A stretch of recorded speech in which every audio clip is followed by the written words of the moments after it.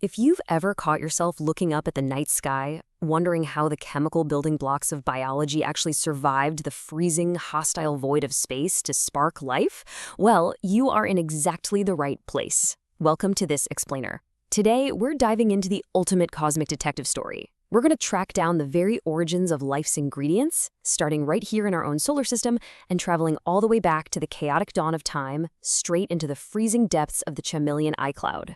So let's just dive right into the biggest question of them all. Are we alone? For the longest time, we just kind of assumed the ingredients for life were incredibly rare, a cosmic fluke.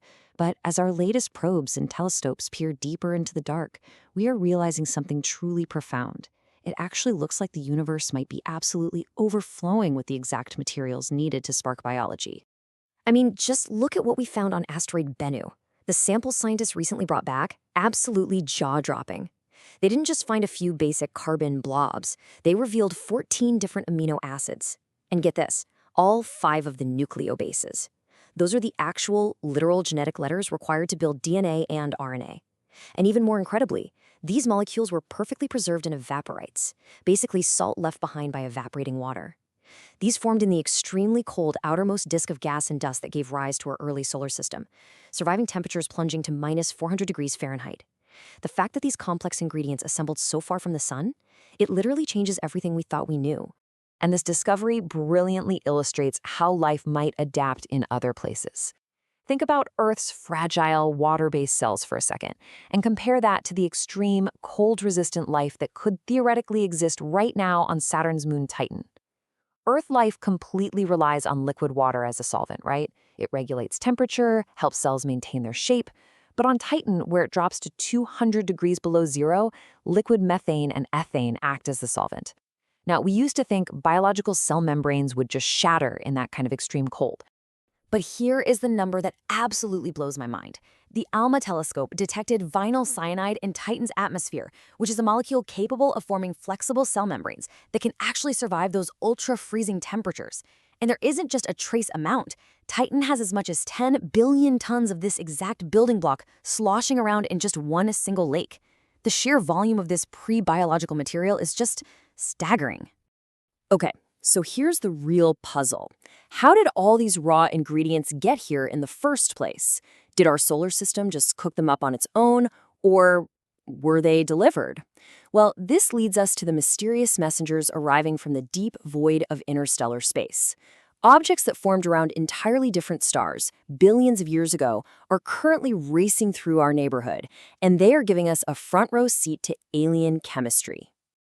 To figure this out, let's compare our local, homegrown comets with a confirmed interstellar visitor, Comet 3I/Atlas. The differences are honestly staggering. Typical comets from our own solar system are heavily dominated by water ice, but 3I/Atlas completely shocked astronomers when the James Webb Space Telescope analyzed its glowing gas. It has an overwhelming dominance of carbon dioxide, nearly 8 times more than its water vapor. This heavily indicates it was forged in an incredibly cold, carbon-rich molecular cloud way, way beyond our solar system. But here's the kicker.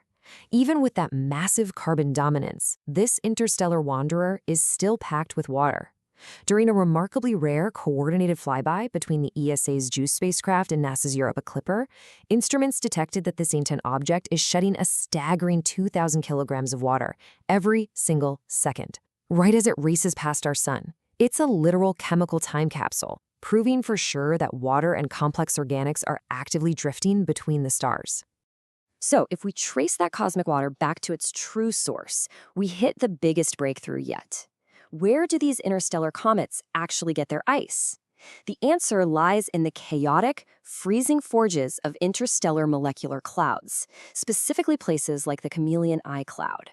These are the vast, dark nurseries where stars and planets are actually born. Using the James Webb Space Telescope's incredible infrared sensitivity, scientists pulled off a monumental first. They peered deep into the dense core of the Chamaeleon I molecular cloud. By catching the light of background stars filtering through the dust, they discovered pristine, complex interstellar water ice. And what's so profound about this is that this ice predates the birth of stars themselves. The water in your glass right now?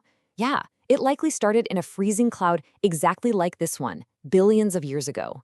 But how exactly does that pristine ice make the jump from a dark cloud onto a brand new planet? Well, it's a wildly chaotic four-step sequence. First, a section of the molecular cloud destabilizes, collapsing violently under its own gravity. Material rushes inward, friction generates massive heat, and boom, a protostar ignites. Then, the remaining gas and dust are whipped into a spinning protoplanetary disk, where dust clumps into planets. And swirling around those baby planets are smaller circumplanetary disks, the turbulent little nurseries where moons are born. But this is where it gets truly wild. This chemistry is incredibly localized and super fast. Take a look at the massive protoplanetary disk around the host star of CT B, located 625 light-years away. It has absolutely zero detectable carbon molecules. None.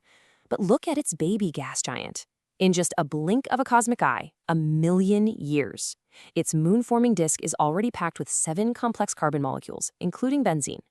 This accelerated, highly localized chemistry explains why moons in the exact same system, like Jupiter's fiery Io and icy Europa, can end up with wildly different chemical makeups. Now, you might be thinking, okay, we've got the raw ingredients, we're good to go, right? Well, gathering the ingredients for a habitable planet is just the first hurdle.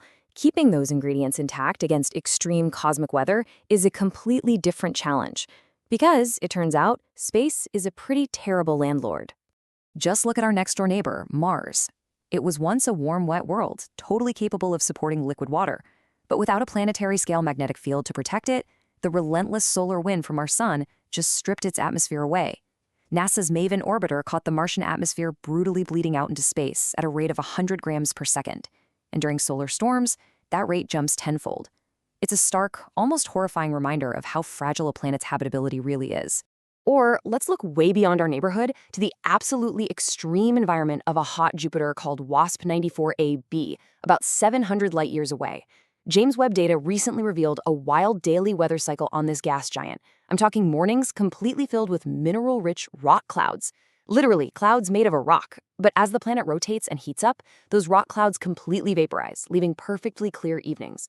It's just a prime example of the extreme thermal and chemical cycles happening on worlds out there.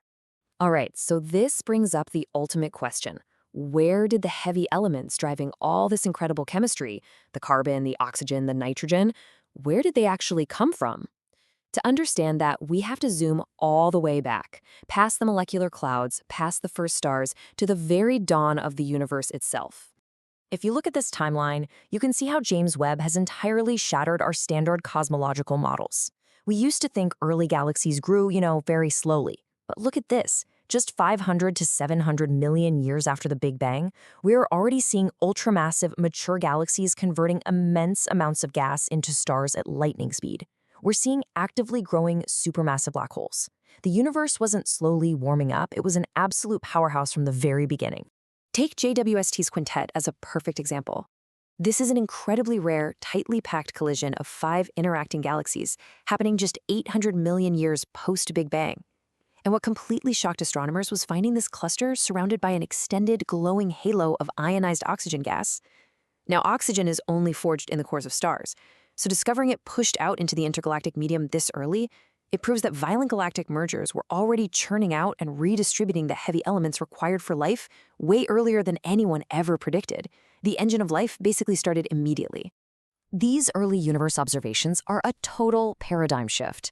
We're even finding evidence of supermassive black holes that may have formed directly from collapsing gas clouds, entirely skipping the traditional star collapse phase. That is massive news. It shows us that the cosmic engines needed to forge life's building blocks, the mergers, the starbursts, the hyperactive black holes, were operating at absolute full capacity right from the start. So, we've traced the oxygen from the very first galactic mergers to the carbon in freezing molecular clouds like Chamaeleon I, into the icy veins of interstellar comets, and finally straight to the organic-rich asteroids in our own solar system. It's all one continuous cosmic supply chain. So I leave you with this final thought. If the chemical blueprints for life have been drifting through the void since the chaotic dawn of time, perfectly preserved in ancient interstellar ice, where else in the universe have they landed? Take a moment to really think about that the next time you look up at the night sky. Thanks for joining me on this explainer, and keep questioning what's out there.